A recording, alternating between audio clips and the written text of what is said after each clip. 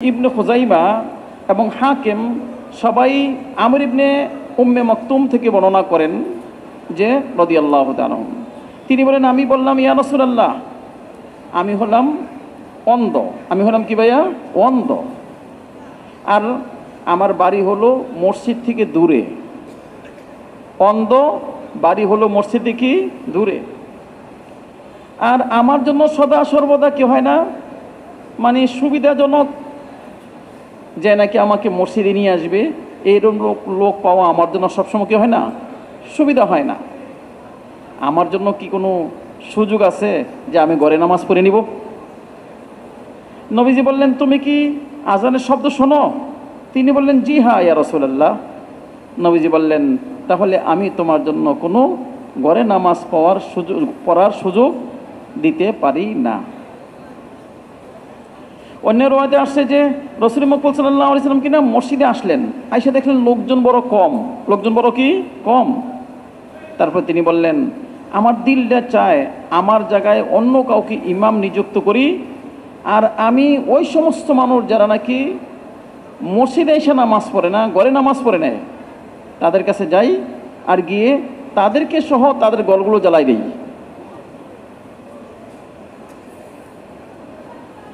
হযরত ইবনে উম্মে মকতুম উনি বর্ণনা করেন, ইয়া রাসূলুল্লাহ, আমার ঘর এবং মসজিদ দুইটার মাঝখানে খেজুর গাছ এবং অন্যান্য গাছে ভরা, মানে একটা জঙ্গলের মতো খেজুর গাছ এবং অন্যান্য গাছে কি ভরা।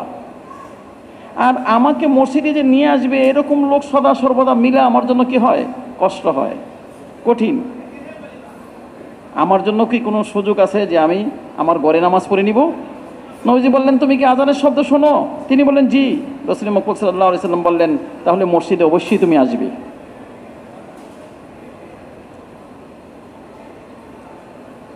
সাহাবায়ে কেরাম রিদওয়ানুল্লাহি আলাইহিম আজমাইন ওনারা যে মসজিদে আসাটাকে কতটুকু জরুরি মনে করতেন, আর কেউ যদি মসজিদে না আসতো তাহলে তার পিছনে ওনারা ছুটে যাইতেন।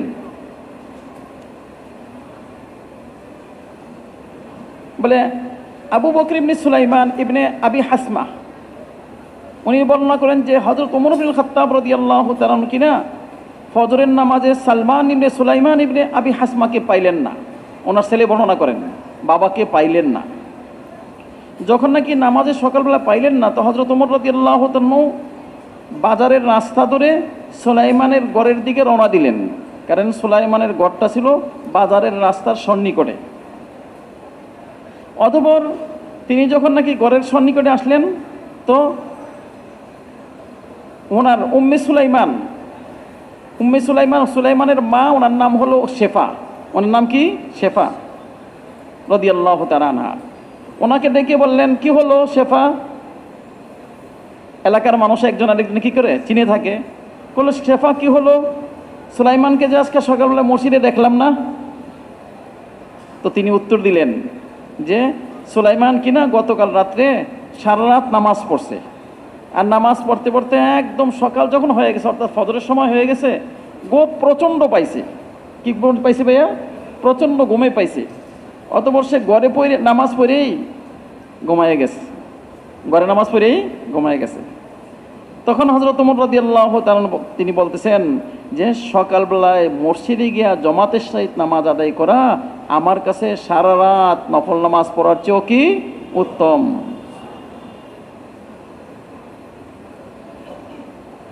অন্য রওয়ায়াতে ইমাম বুখারী রাহমাতুল্লাহ আলাইহি উম্মে আবু দারদা রাদিয়াল্লাহু তাআলার পক্ষ থেকে বর্ণনা করেন যে হযরত আবু দারদা রাদিয়াল্লাহু তাআলা ঘরে প্রবেশ করলেন।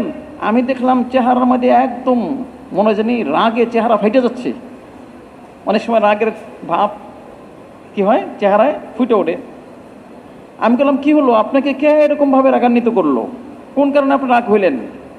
তিনি বলেন, আল্লাহ পাকের কসম, রাসূল মকবুল সাল্লাল্লাহু আলাইহি ওয়াসাল্লাম আমাদের কাছে যেই সমস্ত বিষয়তে নিয়ে আসছেন, তন্মধ্যে একটা প্রধান বিষয় হলো জামাতের সহিত নামাজ আদায় করা। আমাদের কাছে যে সমস্ত জিনিস নিয়ে আসছেন তন্মধ্যে একটা প্রধান বিষয় কি ভাইয়া? জামাতের সহিত নামাজ আদায় করা। অর্থাৎ লোকজন মসজিদে কম, তিনি দেখে আর সহ্য করতে পারলেন না। হযরত নাফে ইবনে ওমর রাদিয়াল্লাহু তাআলাকে বর্ণনা করেন যে যদি নাকি হযরত ইবনে ওমর রাদিয়াল্লাহু তাআলা কোনোদিন এশার নামাজের জমাত ছুটে যাইতো, তো উনি সারা রাত নামাজ পড়তেন। সারা রাত কী করতেন? নামাজ পড়তেন, ওই রাত্রে আর ঘুমাইতেন না। হজরত বিশির ইবনে মুসা উনি বলেন যে যদি নাকি হজরত ইবনে ওমর রাদিয়াল্লাহু তাআলা কোনো কারণে এশার নামাজের জমাত ছুটে যাইতো, তো তিনি ওই রাত্রে আর কী করতেন না? ঘুমাইতেন না, সারা রাত নামাজ পড়তেন। বাইহাকি রহমাতুল্লাহ আলাইহি তিনি বলেন হজরত ইবনে ওমর রাদিয়াল্লাহু তাআলা যদি কোনো নামাজ ছুটে যেত, যেমন জোহরের নামাজ ছুটে গেল, তাহলে জোহর থেকে আসর পর্যন্ত তিনি ধারাবাহিক নামাজই পড়তেন। ধারাবাহিক কী করতেন? নামাজই পড়তেন। বলেন যে তবরানি হজরত আম্বাসা ইবনে আল আজহার থেকে বর্ণনা করেন যে তিনি বলেন যে হারিস ইবনে হাসান বড় একজন সাহাবী ছিলেন, তিনি কিনা নতুন বিবাহ করছেন, নবী সাহাবী। তো ওই সময় মানুষের মধ্যে নিয়ম ছিল বিবাহ করলে, নতুন বিবাহ করলে 2-4 দিন ঘর থেকে বাইরে হইতেন না। 2-4 দিন ঘর থেকে কী করতেন না? বাইরে হইতেন না। এমনকি সকালবেলায়ও কোথাও কী করতেন না? ঘর থেকে বাইরে হইতেন না, মসজিদে যাইতেন না। অতঃপর যখন নাকি বিবাহ করলেন, তো সকালবেলায় তিনি যে রাত্রে বাসর রাত্র করলেন, প্রথম রাত, ওই রাত্রেই সকালবেলায় তিনি মসজিদের দিকে রওনা দিলেন। লোকজন ওনাকে বললেন যে আপনি কি মসজিদে যাচ্ছেন?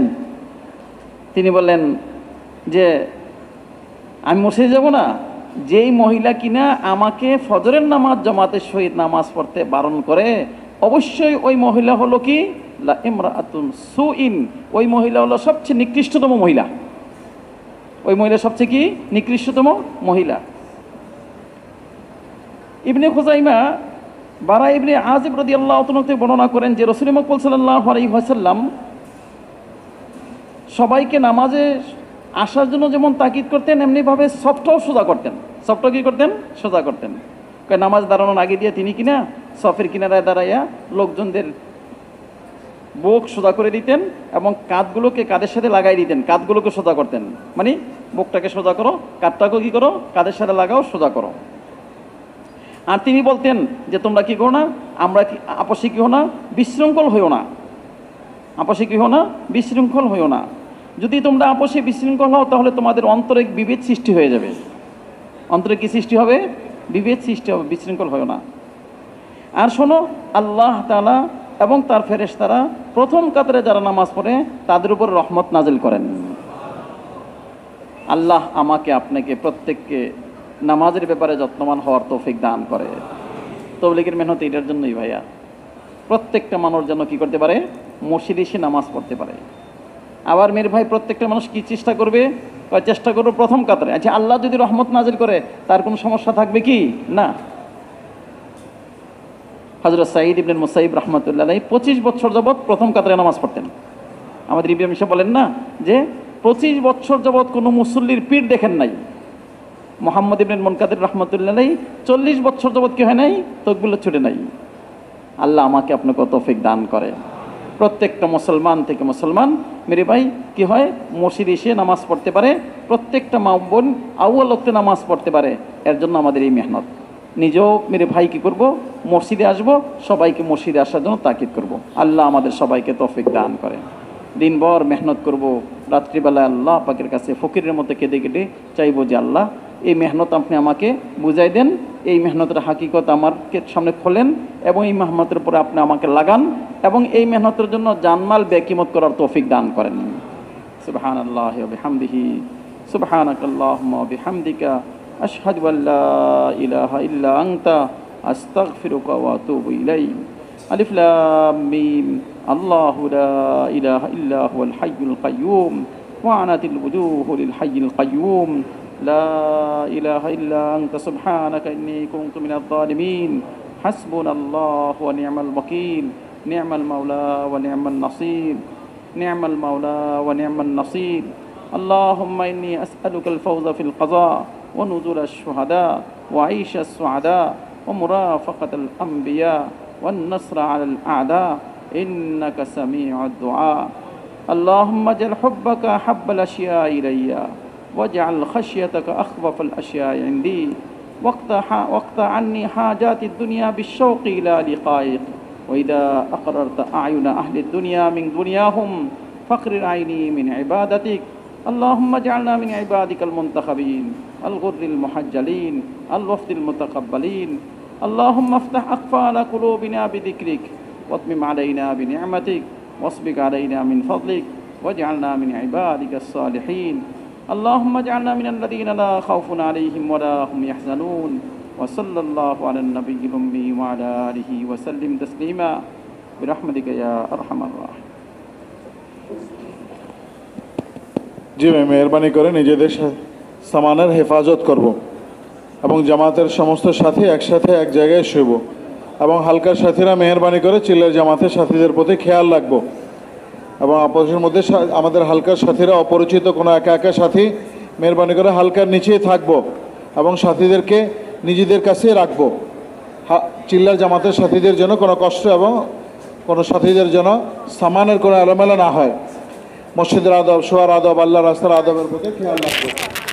নিজেদের আমল পুরা করে আজকে তাহাজ্জুদের শেষ সময় 4:33 মিনিট।